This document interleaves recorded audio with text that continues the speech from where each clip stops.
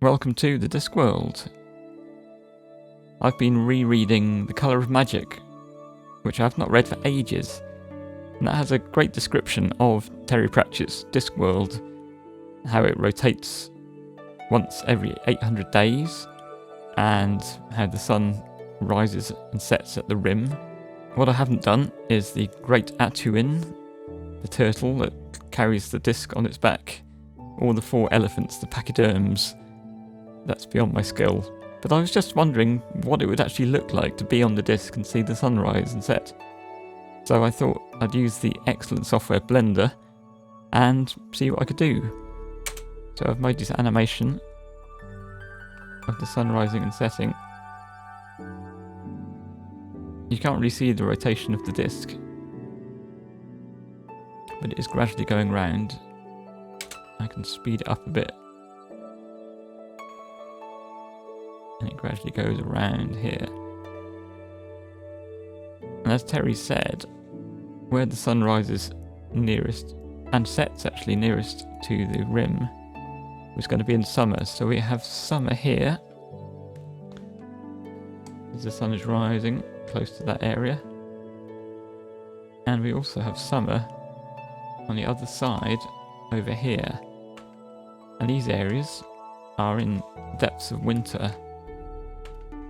So there's 2 winters, 2 springs, 2 summers, 2 autumns in each 800-day year, which means each season is 200 days long, which would be a very long winter. But I don't think Terry really wanted to have a particularly super realistic world.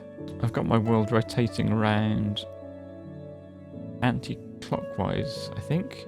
I can't remember which way turn-wise and Widdershins was. These areas here are moving away from the sun, so they're moving into winter, and the areas on the other side, these islands here, are moving into summer, so they'll be in spring.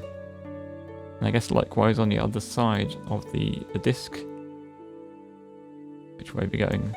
These areas moving into summer, these ones here moving into winter.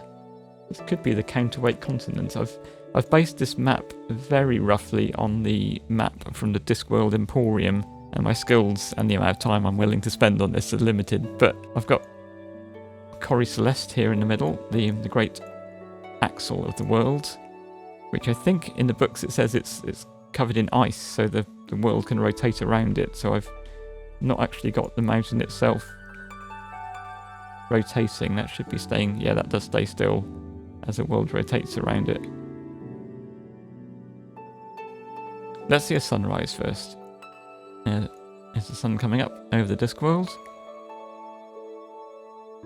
And of course, midsummer, if you're behind Corrie Celeste, you'd get this enormous shadow.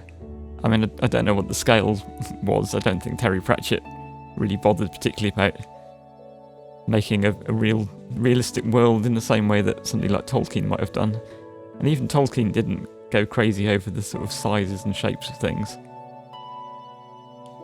But yeah, in the morning, in the summer,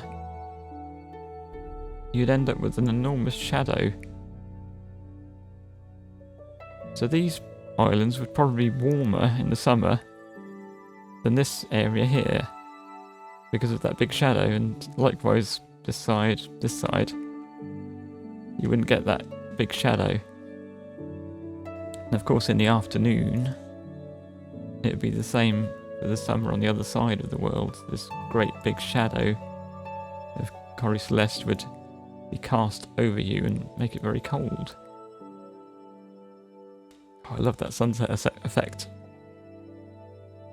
I thoroughly recommend Blender if you want to have a go at any 3D and you're willing to put in a bit of time. It does take a bit of learning. It's just wonderful. It can be very rewarding. I love that effect. So, good night, Discworld. All the good people of Ankh-Morpork are going to bed, and all the wicked people are getting up to mischief.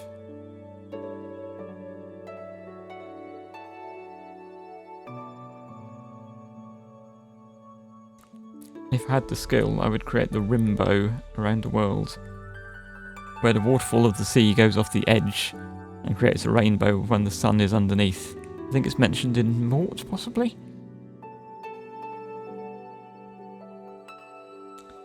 But until somebody else does something better than this, that's your lot.